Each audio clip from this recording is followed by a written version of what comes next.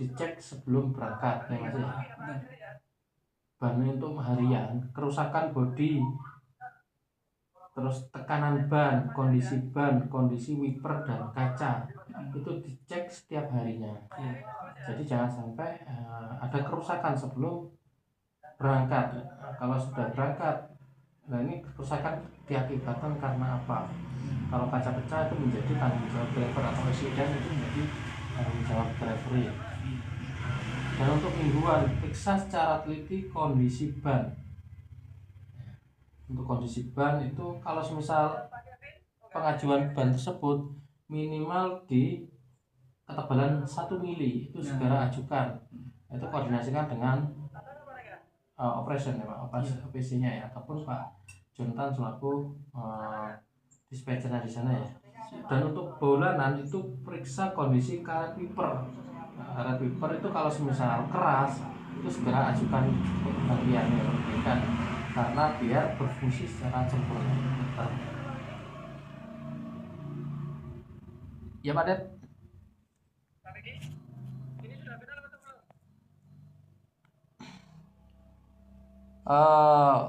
Final Pak, sudah final Pak.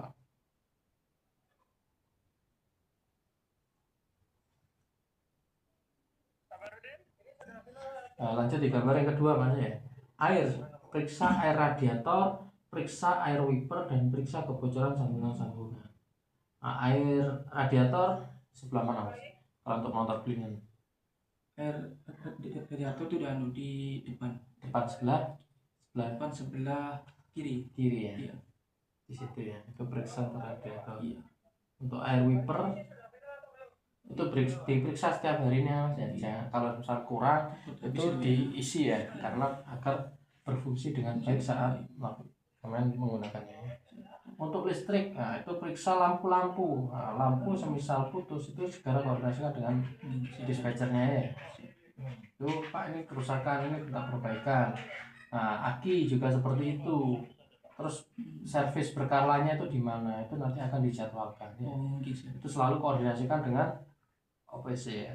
Itu bisa di share di grup juga. Itu di grup ya. Jadi saling sharing sama Mas Burhan. Mas Burhan itu hampir 1 tahun di Setra. Yang bertepatan di MLS Banyuwangi. Dan untuk oli, untuk harian itu periksa tetesan atau kebocoran yang ada di bawah kendaraan. Nah di situ ya. Dan untuk level oli mesin itu pergantiannya di 10.000 km, dan untuk penambahan itu di angka 5.000 km.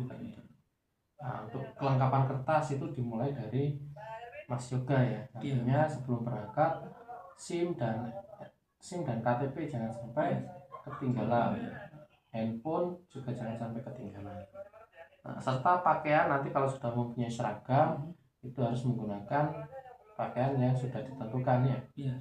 Dan harus menggunakan sepatu dan celana hitam, itu sudah termasuk standar driver ya di situ ya. Terus share pengiriman di situ sambil belajar dengan Mas Burhan. Di situ mulai dari kondisi yang kita bawa, red 1 membawa apa saja, itu bisa di-share di grup ya. Lanjut di gambar yang keempat. Defensive driving, ini ada pedoman Pak Mas Yoga ya. Semua driver harus mempunyai pedoman saya peduli keselamatan. Karena apa? Ada keluarga yang menunggu di rumah. Nah, di sini perusahaan itu tidak membenarkan driver tersebut tergesa-gesa. Namun dan tidak membenarkan driver tersebut berleha-leha atau santai-santai saat pengiriman. Karena kita saling membutuhkan di situ ya. Dan untuk batas kecepatan itu di angka rata-rata di angka 70. Namun jangan sampai 80. Kalau kita overspeed itu maaf tidak boleh lagi beraktivitas di area tim below. Makanya di situ perusahaan sudah mengatur driver itu harus peduli keselamatan karena ada keluarga yang menunggu di rumah. Lanjut di gambar yang ke-5. Defensive driving. Arti dari defensive driving itu adalah perilaku pengemudi yang menerapkan metode safety driving sehingga mampu mengidentifikasi bahaya dengan mengambil resiko yang paling rendah. Nah, jadi metode safety driving sehingga mampu mengidentifikasi bahaya. Nah, jadi kalau mau menghadapi persimpangan atau perempatan, jadi defensive drivingnya itu apa? Waspada, Pak. Ya. Jadi jangan ngebut, apalagi sudah kelihatan lampunya kuning. Meskipun masih hijau, kita harus tetap waspada di situ ya. Dengan tujuan apa defensive driving itu? Tidak menjadi penyebab kecelakaan, dan yang kedua tidak menjadi pemicu kecelakaan, dan yang ketiga tidak terlibat dalam kecelakaan. Itu defensive driving. Pengecekan kendaraan itu juga termasuk metode safety saat berkendara ya, pengecekan kendaraan sebelum berangkat. Lanjut di gambar yang ke-6. Contoh potensi kecelakaan. Apa? Ada tanjakan maupun turunan. Perpindahan persneling atau gigi itu dilakukan saat di punggung bukit, tidak dibenarkan saat di turunan ataupun tanjakan.